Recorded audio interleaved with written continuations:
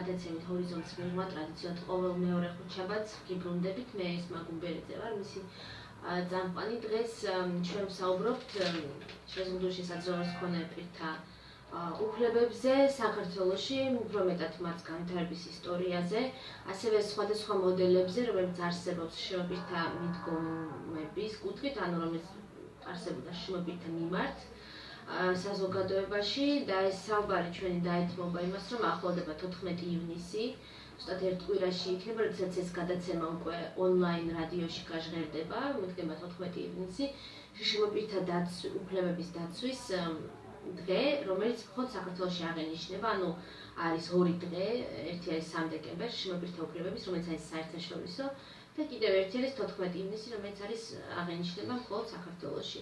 ამ საკითხთან დაკავშირებით კი ჩვენი დღევანდელი სტუმარი არის ბატონი კობა ნადირაძე, ექსპერტი შშმ საკითხებში, მკვლევარი, სხვადასხვა ორგანიზაციების თანადამფუძნებელი. ბატონო კობა, მოგესალმებით, მადლობა გადაცემაში დღეს მონაწილეობისთვის. პირველ რიგში ზოგადად რო ვთქვათ, საქართველოში, პრინციპში იმაზე რომ ვისაუბროთ, რომ საქართველოში როდიდან დაიწყო შრომებირთა უფლებების კუთხით მოძრაობა, ალბათ უნდა განმარტოთ, რას გულისხმობთ მოძრაობაში, იმიტომ რომ რაღაცა დონეზე შრომო პირებს ასე თუ ისე, როგორც ესმოდათ ეს, ალბათ საუკუნეების წინაც იცავდნენ და შეიძლება ადრე ეს დაცვა ის იყო, რომ თქვათ რაღაც მოწყალება მიეცათ და ეს ითვლებოდა დაცვაში და თუ შეიძლება რომ მოკლედ ამაზე გითხრათ მიდგომები რა არსებობს ძირითადი იმისთვის რომ გავერკვეთ რას გულისხმობთ უკვე უფლებადამცველ მოძრაობაში და შრომო პირთა მიმართ ამ მოძრაობაში. ბატონო, მოგესალმებით, მეც მადლობა გადაიხადოს მაგაცის ნოწობისთვის ორგანიზებისთვის და ყველა იმ ხალხისთვის, რომელიც ამ გადაცემას უჭერს ხალხს და ვისაუბრებთ მსმენელს თუ მაყურებელს.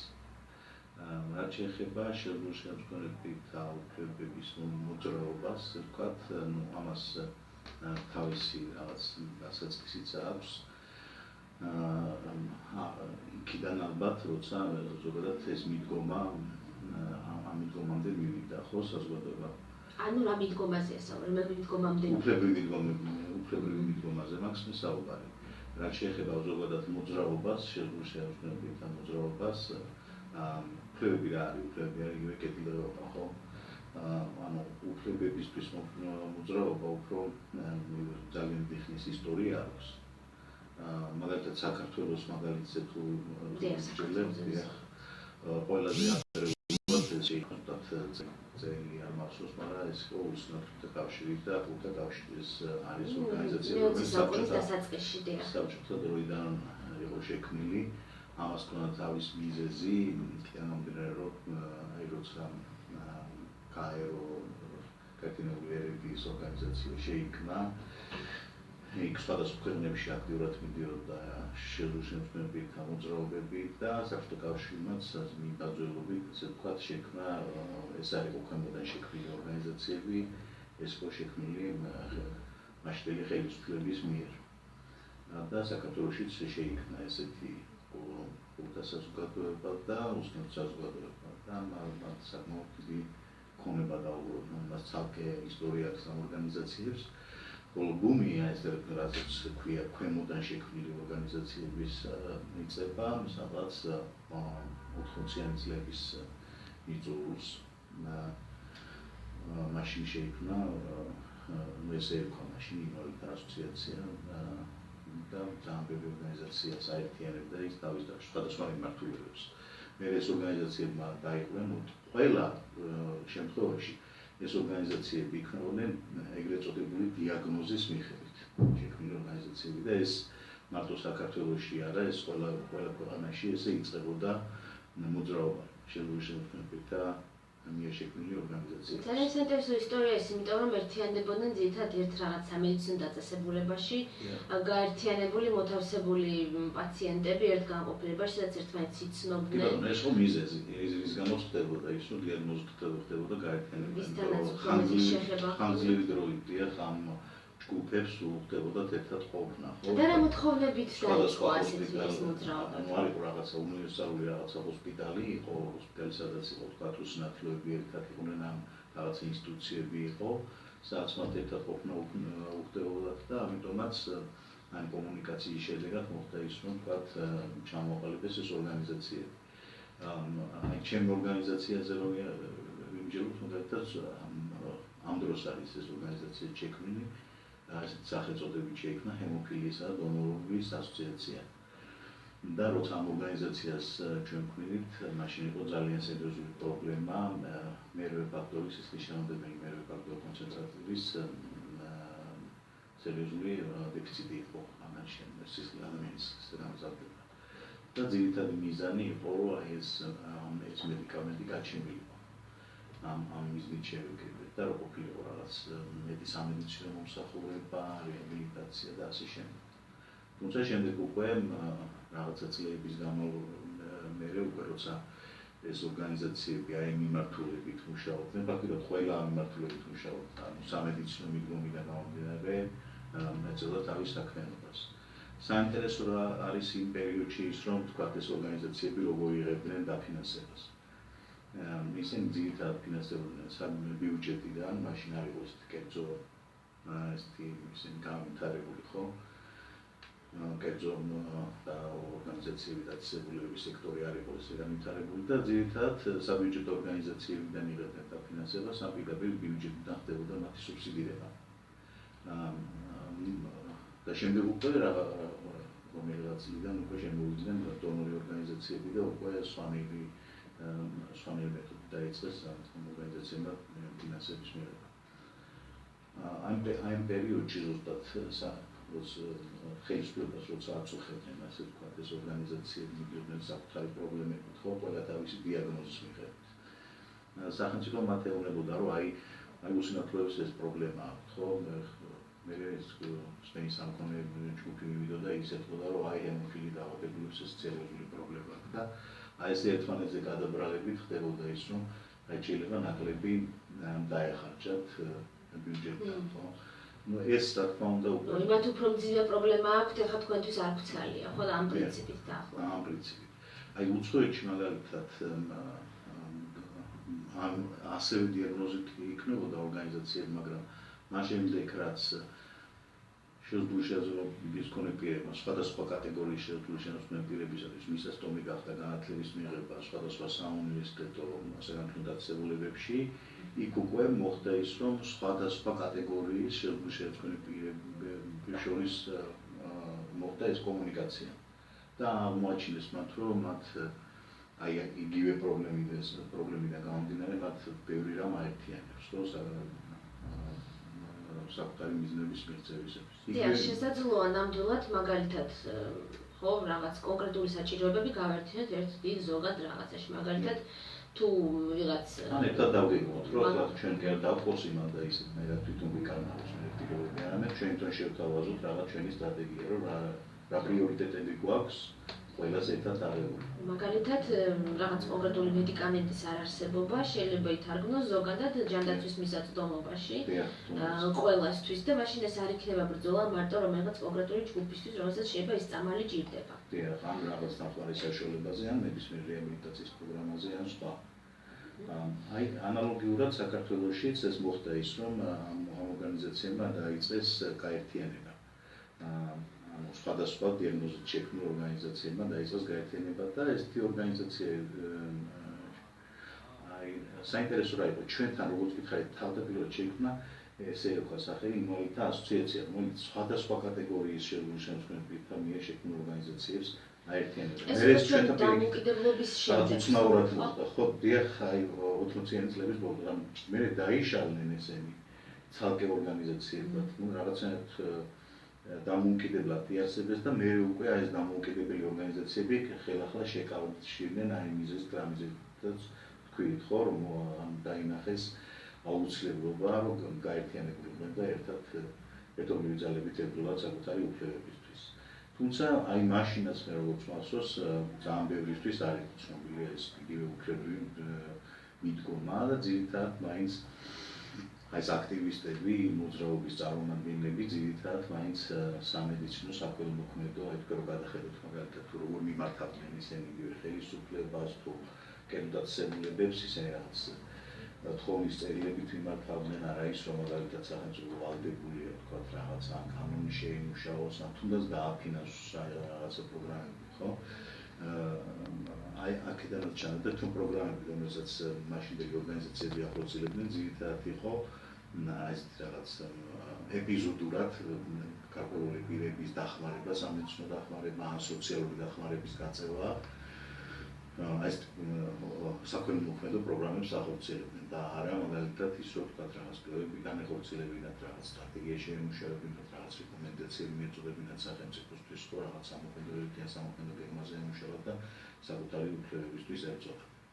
თუ სანამ ჩვენ გადავალთ უკვე შემდგომ განვითარებაზე, ჩვენ საქართველოს შემოբირთა მოძრაობისა, თუ შეიძლება მეგობრებო ცოტა რომ განგვიმარტოთ, რა აი ახსენეთ საქველმოქმედო სოციალური მოდელი.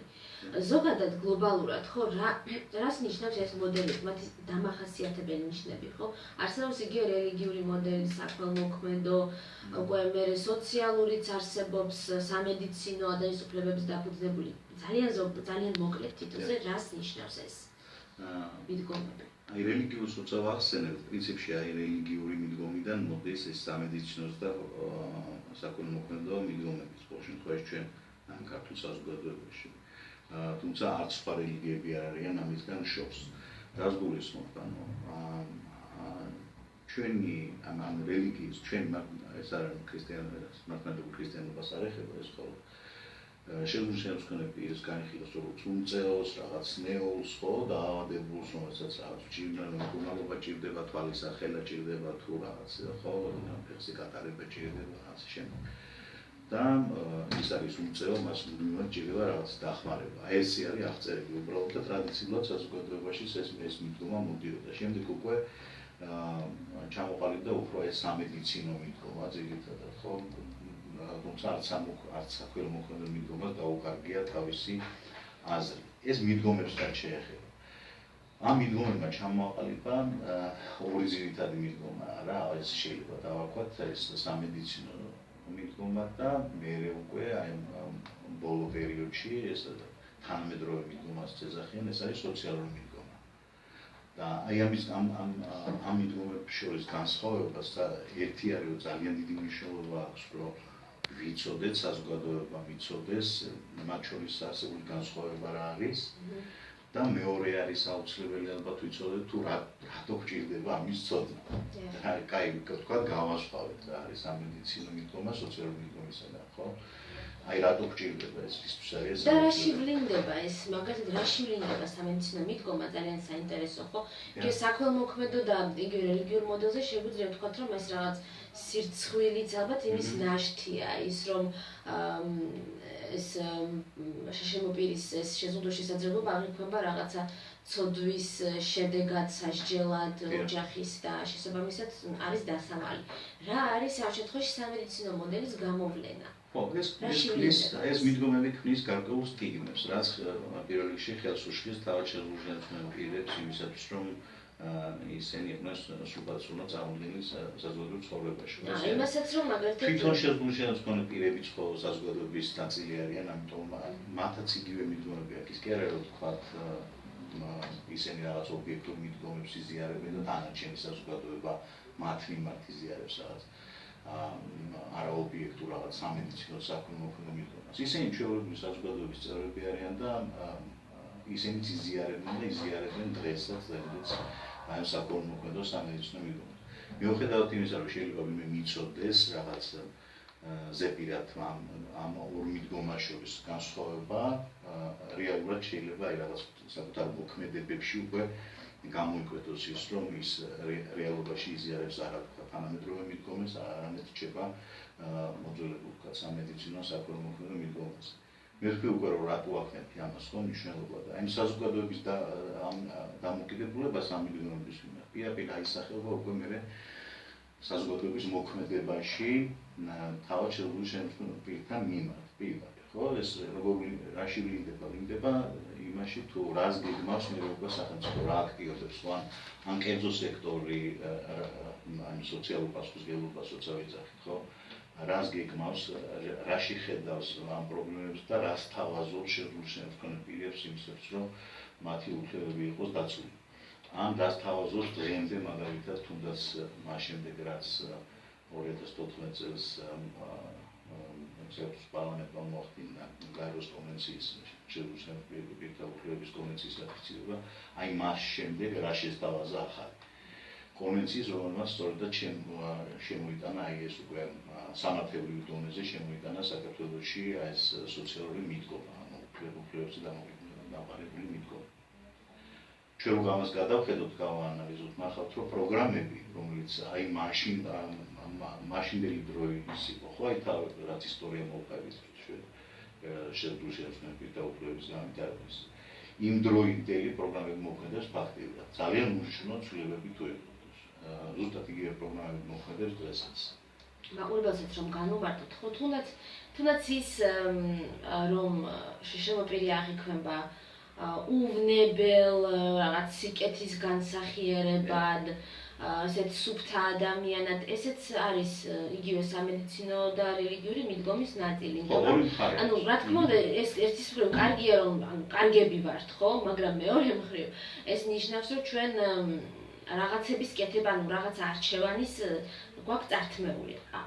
ამის აღიარებაც და ირიბად ამაზე ყურადღების გამახვილება ხდება. იგივე ის რომ ის კითხვები, ხო, ძალიან ხშირად საზოგადოების ძირითადად ჯანმრთელობის მდგომარეობასთან დაკავშირებით, როდესაც ხედავენ, აუცილებლად ძალიან ხშირად გეკითხებიან რამეს ხომ არ აპირებ, ან რამე ხო არ შეიძლება რომ განიკურნო.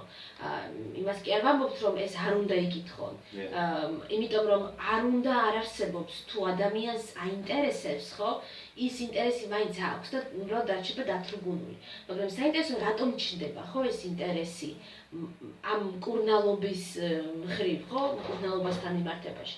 იმიტომ რომ სადღაც ქვეცნობიერში ზის, რომ ეს უნდა იყოს ამ ადამიანის მთავარი მიზანი და ის უნდა იყოს ამაზე პირველში ორიენტირებული. ეს არის მისი პირველადი პრობლემა.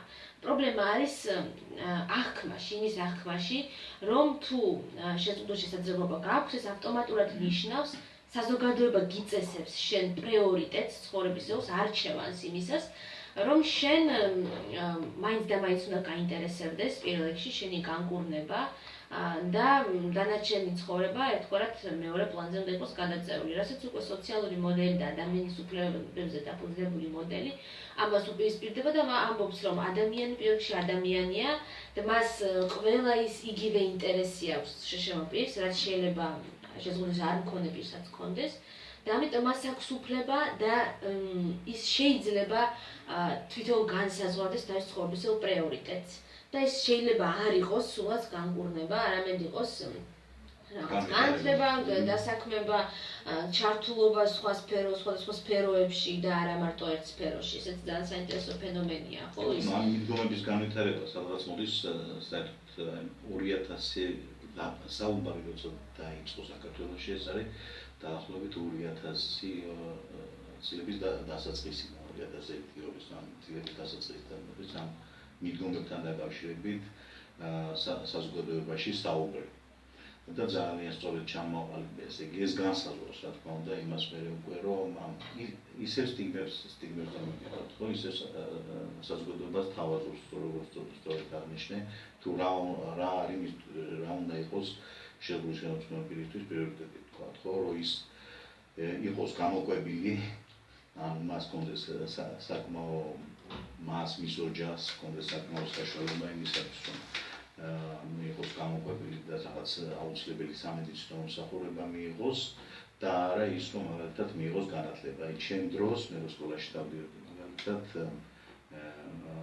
ესეთი რაღაცას გაიგებთ ძალიან ხშირად. ეხლაც ეს მდგომა რომ აი რა თუნ რა საჭიროა სწავლა ის რომ მაინც ვერ დასაქმდება, ხო რა. რაზე აწვალებთ ცოტა ავად არის დაიღლება. ხო, ნუ იყოს ჯობია და საზოგადოება ის საზოგადოება უნდა მივხედოთ. მეორე არის ის რომ და სხვათა შორის არის დღემდე არის შემოჩენილი, თქვენ თუ დააკვირდებით სხვადასხვა დროს სახელმწიფოს პოლიტიკასაც მიყავს, ხო, ქვეყანაში სხვადასხვა ხელისუფლებები, როცა გამოდიან საუბარია რაზე, რომ აი ქვეყანა განვითარდება ეკონომიურად და შეზღუდული პირთა უფლებებიც იქნება მერე უფრო მეტად დაცული. და იმაზე არავინ ასწავლოს, მაგალითად, რომ შეგვიძლია თქვენ პირები თავიდანვე იყვნენ ჩართული ხომ განვითარებაში და ერთად განვითარდეთ.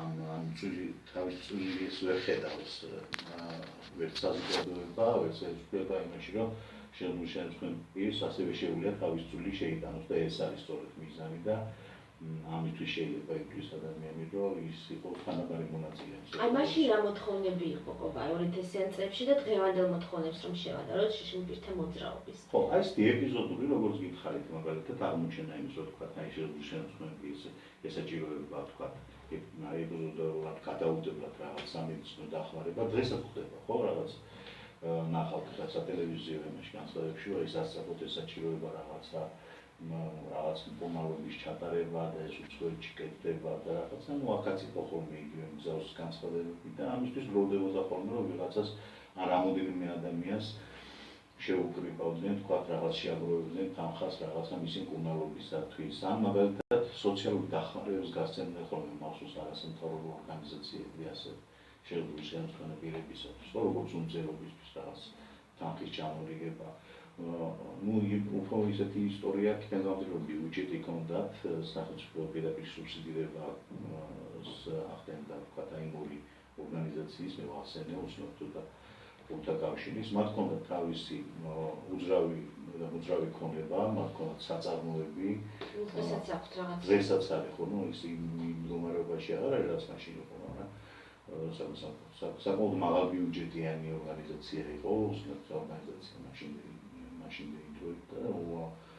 დიდი ნაწილი უსმართლოებისა იყო ამ საწარმოებში დასაქმებული და იქამდეც კი მივიდნენ რომ თქვათ უსმართლო ქალაქი შეიქმნეს და კომიჯალაში უსმართლო ქალაქი შეიქმნილი სადაც კომპაქტურად იყო ჩასახლებული შეგვიძლია თქვენ მახსენდება სხვა მაგალითად ჩემი ორგანიზაციაში წესდებაში გვეწერა რომ უნდა შექმნილიყო ევროპული ქალაქი ეს მიზანი ჰქონდა ჩაწერილი მე რა თქმა უნდა წესდებაში შეიცვალა ეს მიგონა ეხლა ესეც საინტერესოა ხო რატომ მაინდამაც უსინათლოების შემთხვევაში მოხდა გახდა შესაძლებელი ესეთი კომპაქტურად დასახლებული ადგილის შექმნა და არა მაგალითად მოსარგებლებთან მიმართებაში ან თუნდაც ეს ჰემოფილიის მქონე ადამიანებისთვის აგერ თურმე ოცნება ყოფილა ესეთი ქალაქი რაღაც ერთ ხო ნუ ოცნება იყო იმიტომ რომ ეს ორგანიზაცია როგორც გითხარით სუბსიდირდებოდა პირდაპირ ბიუჯეტიდან და შესაბამისად რაღაც თავის მიზნებს ესე უფრო ადვილად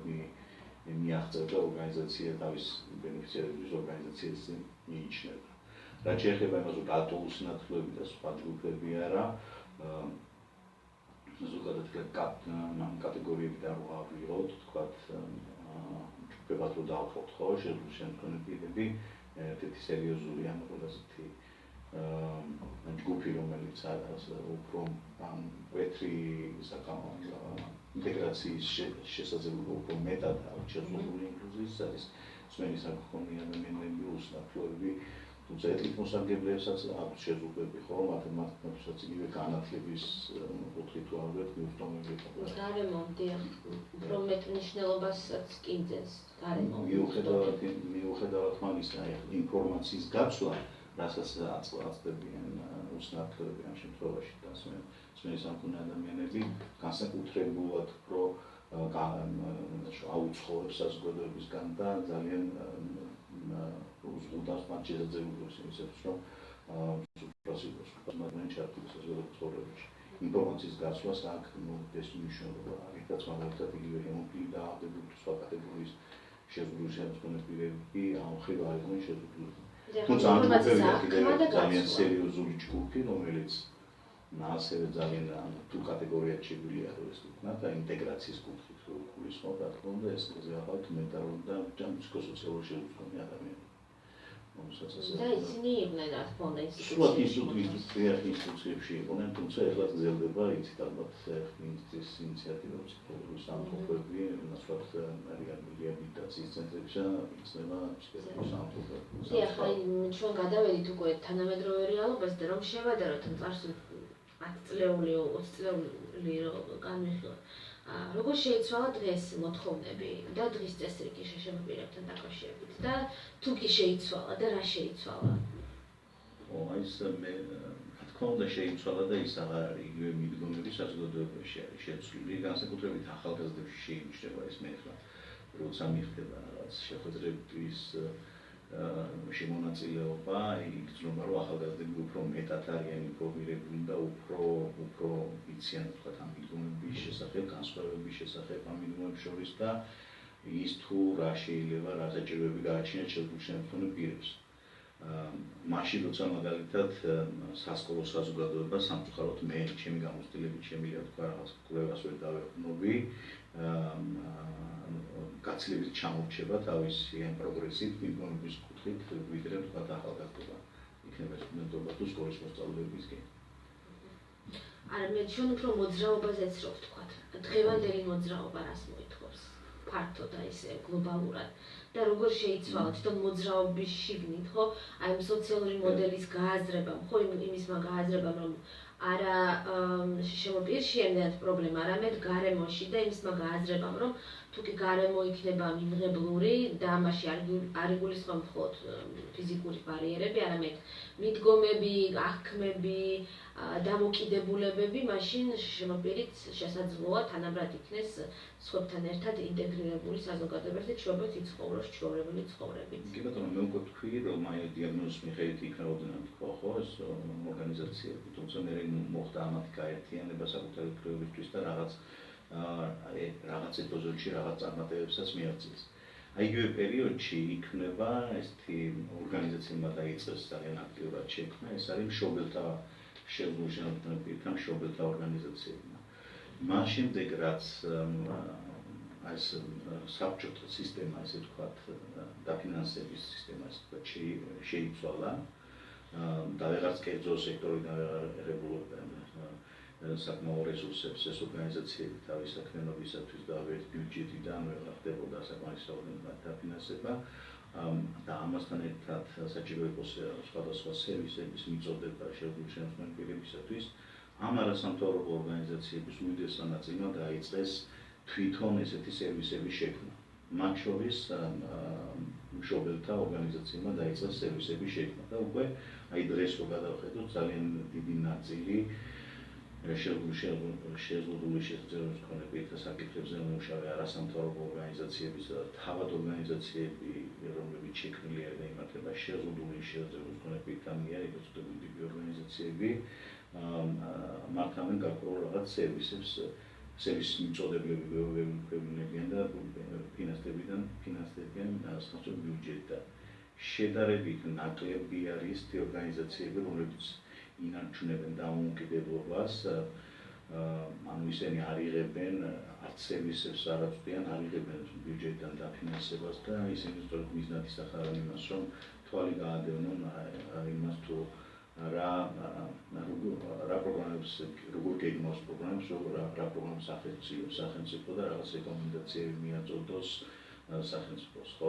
ანუ რაში იდება ფული და ამითი რა პრიორიტეტები ხდება, რისი დანერგვა ხდება, რისი ხელშეწყობა, რისი წახალისება. რაღაცა კვლევითი და უჯდობდო მიმართულებით რომ მუშაობდნენ ესეთი ორგანიზაციები სფეროში არის ძალიან ცოტა. თითქოს ჩამოსაყრელი არის. აი რამე თუ შეიცვალა აი ამ ხრივ რომ ეს ანუ უფლებების დაცვაზე მიმართული რაღაც აქტივობები ამ ძალიან სუსტი ჩვენთან. ადრე თუ რაღაცას ახერხებდნენ ეს ორგანიზაციები ამ დაფინანსებით და სუსტილებით, დღეს ეს რა თქმა უნდა ესე არის. ჩვენი გადაცემა უკვე დასასრულს უახლოვდება ყოველად. შეიძლება რომ ვთქვათ რაღაც მოძრაობისთვის რა იქნებოდა კარგი სამომავლოდ, რა მიმართულებით უნდა იმოქმედოს და იმუშაოს. შემოპირთა თემა, რომ უკეთ დაიცვას თავისი უფლებები. ანუ რეალურად რომ რაღაც რეალურ ცვლილებებზე რომ მივახციოთ, მე მგონი ამისათვის დიდი პასუხისმგებლობა აქვს სახელმწიფოს, უნდა მოახერხოს ის, რომ გააცნობიეროს მნიშვნელობა იმისა, თუნდაც შეგვიძლია და აქტივიზმის ხარჯაჭერის, ხო? იმისათვის, რომ მოახდინოს შეგვიძლია და ჩართულობა იმ ნაწილში, როცა ის გეგმავს თაგეგმვის პროცესში, ანუ რა პროგრამების განხორციელებას გეგმავს, იგივე განხორციელების მონიტორინგის პროცესში, რომ ყავდეთ შეგვიძლია პირები ჩართული. რა თქმა უნდა, თავად თემზეც დამოკიდებულია და დიახ, თემა რა თქვას, იმიტომ რომ ჩვენთვის ძალიან სამოქალაქო საზოგადოება სახელმწიფო ხომ იცით, არაფერს არ გააკეთებს თუ ვიღაცამ არ უბიძგა და აი საფერაში არის ამ შეუძლებელი პირები ხო ძალიან ბევრი ბარიერები ექნებათ, ხო აი თქვენ წარმოიდგინეთ იგივე სამოქალაქო